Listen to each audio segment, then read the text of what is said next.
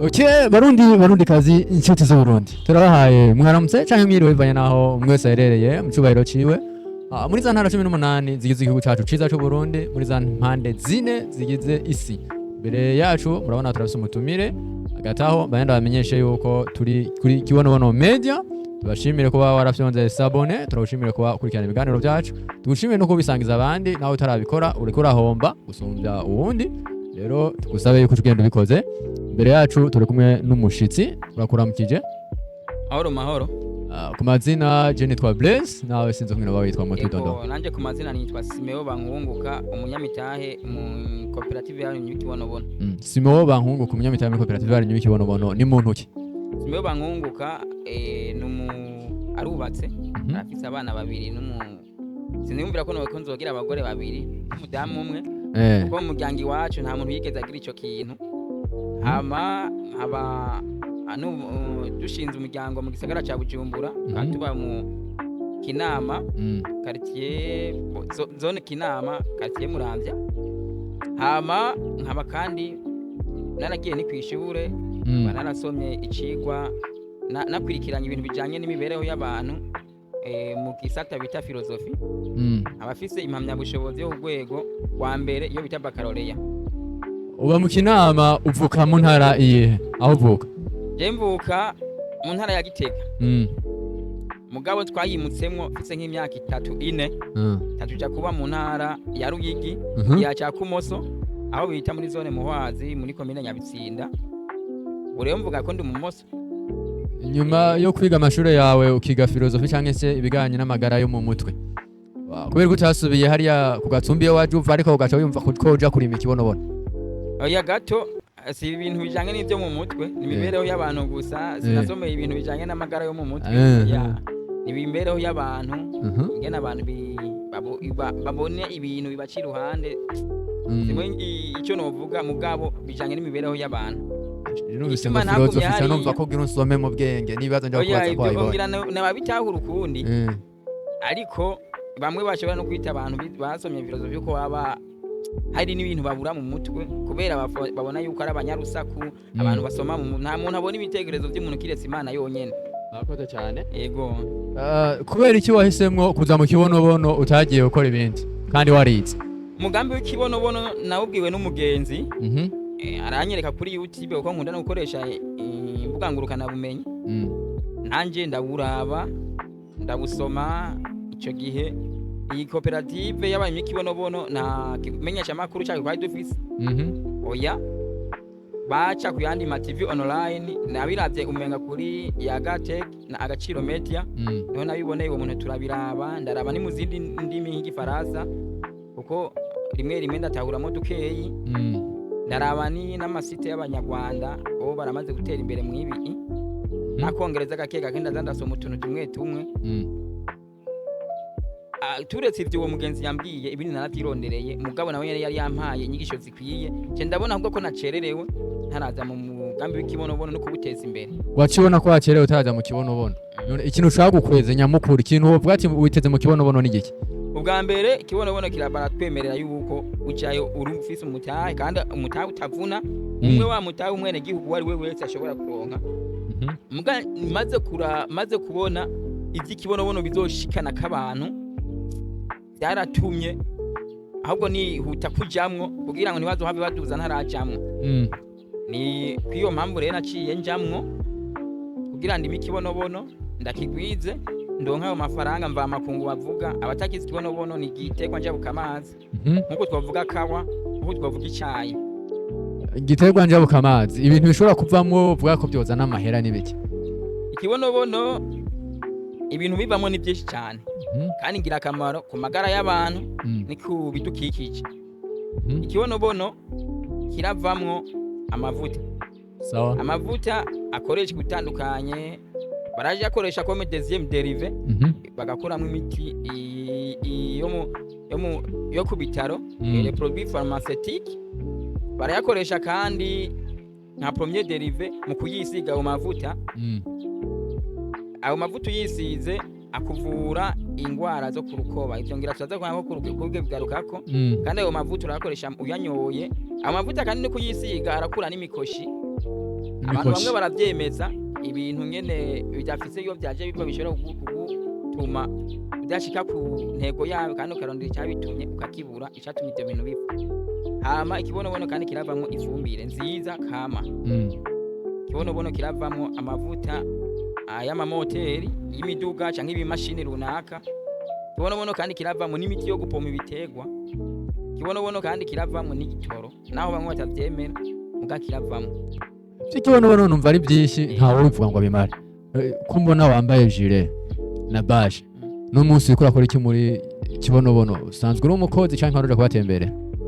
Jewe ubu tuvugana sanzwe hari byo njejwe mu mugambi w'ikibonobono. Baravyubwira n'ubukerebutsi bw'iwanje abanyitangiye imbere mu mugambi. Barabonye yuko hamwe twofashanya ari ikintu twoshikako baca ariho vore ya mbere mu mugambi w'ikibonobono kandi ariyo shimikiro y'ibindi byose bise mu gifaransa sensibilisation et identification. Baca barayishinga kugira ngo na ekipe yanje dushobore gushikana umugambi w'ikibonobono ahantu hose hashoboka ku butaka bw'u Burundi binakunze maze no kutari ku butaka bw'u Burundi kuko urabona nk'uko tuko dukorera kimenye ku nyamakuru ca kibonobono cyacu. Abariko abaza kuvyumviriza sabarundi gusa. Hari abarundi bari ngaha n'abatari abarundi bari ngaha ariko n'abandi bantu bashobora gutahura ururimi turiko turakoresha rw'ikirundi. N'abandi bantu bashobora gutahura ururimi rw'ikirundi. Muriko mu gihe cyo kwimenyekanisha. Yego. Mugeze ku ntara zigira nka zingahe umugambo amaze gushikamwo w'ikibonobono? Abantu bazi intara z'u Burundi havuyemo intara zitatu.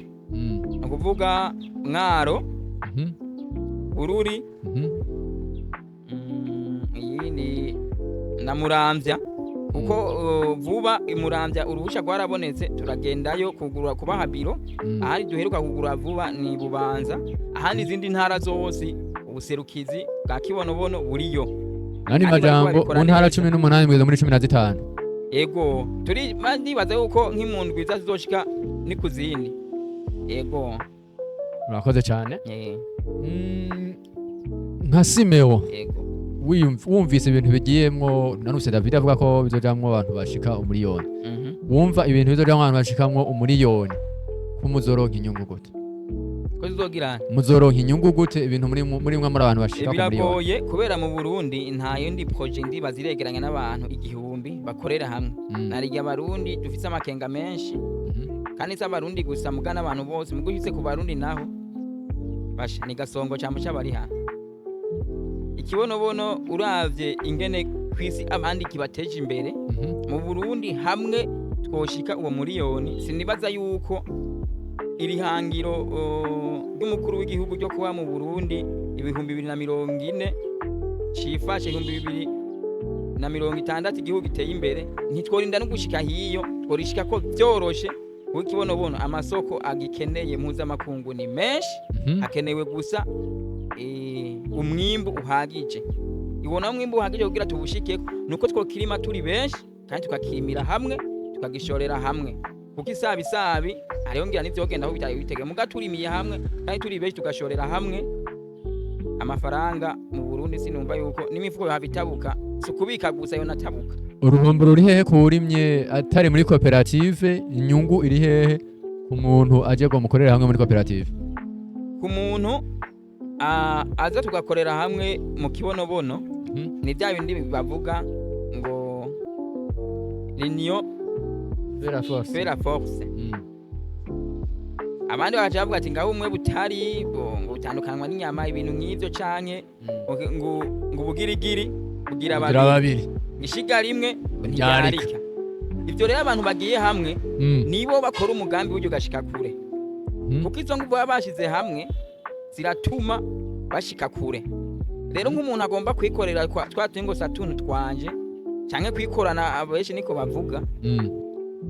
Bivanye na projet zo mu kibonobono yitega kudashorerwa na koperative y'abantu y'ikibonobono. Wengira rafise handa azobishora ntavyo nzi. Ariko umuntu yumva yuko yo kwifatanya n'abandi izo nyungu rusange tukazironkera hamwe ama tukagabura akumva yuko ubugirigiri bugira babiri kandi ishiga rimwe ritarika. Azobona inyungu gusumba wa wundi yagenda kwikorana. kandi barabimaze mu kirundi bati inyakamwe inyagimwe namwe ikayishimira yishikanye. Ciri imigani myinshi yerekeza abantu ku gukorera hamwe. Anatsinda na nyene cubahiro umukuru w'igihugu aduhimiriza gukorera hamwe. Cifuza utwereke uruhombo ku muntu ashobora kwiyumvira yuko akoze wenyene ariho yokunguka. Ku muntu yiyumvira yuko yokora wenyene akunguka, uruhombo ruriho runini. Nk'ibyo niyo migani yose ugiye kuraba imbere muri yo irerekana yuko umuntu iyo yikoranye kenshi ntashika. Hariho umuntu twigeze kuba tuganira w'umutama wa kera yavuze ati niwashaka gukora ibinyaruka urikorana, ati ariko niwagomba gukora ibirama uzokorere hamwe n'abantu. Ugomba gukora ibinyaruka mwe bavuga ngo yarihuse ivyaranga ibihumye nakora, ngo ugomba nayo gukora ibirama kandi bizofita akamaro kuri we ni ku gihugu yoja hamwe n'abandi agakora. D'ailleurs ugomba urabe kw'isi nzima ibihugu biteye imbere bifise iterambere rifadika, ama projet nk'aya ariyo usanga hariyo mwishirahamwe runaka yakoranije nk'abantu 1000 hama bagakorera hamwe. Araye n'amapolitike y'ivyo bihugu, amapolitike menshi usanga ahimiriza abantu gukorera hamwe, ni ivyo bihugu biriko biraja ku muvuduko udasanzwe w'iterambere. Mugabo abandi bavuga ngo karaba dukakanwe, barakakanwa nyene, mugabo gukakanwa urumva birangira nawe nyene kuko umutima wa muntu muri we ntuhaga ntuhoma ubwo mushaka zana mugabo kibagira yuko atawapfuye abimaze. Mugihe mugiye hamwe mu kubaka system umuntu arisubiriza mu yo system nico gituma iyi cooperative ihamagarira abantu gushiramo imitahe, itahamagarira abantu kuba abanwanyi gusa, shiramo imitahe wewe nivyashika ukitaye Imana kubera ya system bubaka umwana wawe azoza agivyamwa by'ibikorwa vyawe umwuzukuru kugeza n'isigarutse. Ariko umuntu agomba gukora utwiwe, sinibaza yuko apfuye ivyo bintu bizobandanya bibaho kubera umutwe uzoba ari uwiwe nyene, nawe umuntu yapfuye kenshi umutwe birajana igihe atashizeho abandi bantu babandanya igitekerezo yari afise. Muravye igitigiri c'abantu fungine bavyitabira, mubona abantu babitahura ibintu byo gukorera hamwe canke mubona gute? Byukuri barabitahura ariko baratubaza ibibazo bijanye nuko andi makoperative yagiye rabiba gukorera hamwe ibiki n'ibiki. Benshi barakomerekejwe n'imigambi yagiye iraza. Ariko naho ntiyaje ibemerera kuba abanyamitahe, yaje ibemerera kuba abanwanyi. Nawe uri umunwanyi umenya ivy'ubunwanyi nyene, barya umwana bari uwo munzu, mubwo utari uwo munzu ntamenye ibibera munzu, mugaha uwije wese inzu ni yiwe yisanzura. Ukiri kuri ako nyene duhitandukaniro ushatse mu buryo bwiyaguye byo kuba umunywanyi no kuba umunyamitahe. Ubwa mbere kuba umunwanyi abantu nk'akarorero benshi barafise amakonte mu mabanki cyangwa mu microfinance yariyo yose. Ushobora kuyifitaho nk'umunwanyi cyangwa ukayifitaho nk'umunyamitahe. Igihe rero wifise nk'umunwanyi buragenda ukabitsa ukabikura ugasaba ingurane n'utundi tuntu tujanye, ariko ya nyungu izokunguka ya chiffre d'affaires ya cooperative ya microfinance cyangwa ya banki runaka umwaka weze nyamba bari bafise nk'imiliyaridi 5 ukumva umwaka weze ngo bafise imiliyaridi 20, iyo nyungu barose wewe munwanyi nturimwo. Mugo umunyamitahe ni wacagaruka mu nyuma akagabura ya nyungu hama kandi akabandanya yibera. Bisobanuye ko umunyamitahe ikintu yakoze kimaze gufata ritme nziza, umuvuduko mwiza, naho yiryamira abari karinjiza. Vuga ngo muri Kibonobono Oil muri abanyamitahe na cyane nta munwanyi arimo. Vuga muzoguma mwunguka gose cyane kuzogeza ryari? Ni Kibonobono kikiriho, abantu bacivuza nabwo kwava muri produit pharmaceutique, abantu bacivura izo ngwara zo ku mubiri, imodoka zikiriho bagikora ayo ivyo bitoro, ama imoteri zikiriho bagikora ayo mavuta, ibintu byose ibitego bagishiramo yafumbire kama navuga. Ikibonobono mukizohera ryari? Sivuyeho n'abantu bavuye navyo bizokwamaho. Kibonobono Oil muracakira abantu bashasha cyane go turabakira. Umutahe n'ibihumbi 12 nazogira umuntu ababesha ngo ni 15 canke bingana. Umutahe ni 12 mugabo ubona umutahe umwe ushobora kugura umutahe umwe canke imitahe 1000 bivana no bigufise. Nukuvuga ni hagati y'umutahe umwe n'imitahe 1000. aho ububaye umunyamitahe ugura bivanye n'uburyo ufise. Nigwagahera ku mutahe umwe kugeza ku mitahe 1000. Yego. Ni bande ariko ko abanyamitahe muri koperative? Abarekiriye kuba abanyamitahe muri koperative ni umuntu wese w'umurundi n'utari umurundi muga yumva umugambi. Uwo mugambi ko woteza imbere igihugu cy'u Burundi ubwa mbere na mbere n'abarundi hama nawe nyene agashikirwa adakumiriwe. Nivyo nta myaka baraba n'uruyoya ushinye kurugurira umutahe urarugurira. Hama ivyankenerwa binjiza muri mu marogisiere yiwacu kugira ngo uwo muntu bamutegurire dossier yiwe. Hari ivyo abadafise bagashiraho ivyo umuvyeyi wiwe, hama umwana ni yarabironka akazoza kihinduriza. Umwana ni yabironka akazoza kihinduriza. Mu yandi majambo nukumutegurira kazoza. Yego. Twerekeza ku musozo cyangwa se twerekeza kumarira ikiganiro cacu cuno munsi. Nifuza gutera kamo babandi mwigana, babandi mwakoranye n'abagenzi n'abandi bose aja kuraba kino kigani gire akajambo ubabwira kagasunika roke. Bo twavuze byinshi kandi twaganiriye ku byunguka n'abafite amakenga ntibabuze ariko kubwiwanje ni kubw'umugambi w'ikibonobono aho ngeza umugambi wubatse neza kandi uratunganije kandi ugiye urumviriza ibiganiro umwubahwa David yagiye arashikiriza abafise amakenga ku bintu by'amategeko ariko arahinyanyugwa kugira ngo habeho amategeko nyezina azogenga abarimyi b'ikibonobono bose mu Burundi bwose. Mwiyo ntumbero rero no hamagara umuntu wari we wese abishoboye ashira umutahe muri koperative y'abarimyi b'ikibonobono hakiri kare. Bo basanga hehe bo batora kuvugize? Arashobora kuza mu gisagara ca Bujumbura na cyane cyane. Bujumbura. Uva kuri Kotebu ukaja kwa Siyoni ni impande ya hotel nziza yera Kangaru Hotel. Kandi urenganye gato hariho n'irindi shyirahamwe rimenyekana ryitwa OK Bazaar. Impande yahoze hari iradio yitwa Buja FM mu nzu y'inyubakwa igeretse kabiri y'irangi rya gris. Uhashitse uzawumva ibafuriga umuvuga ati kaze bari b'ikibonobono n'ibindi byinshi bihayagiza uwo mugambi.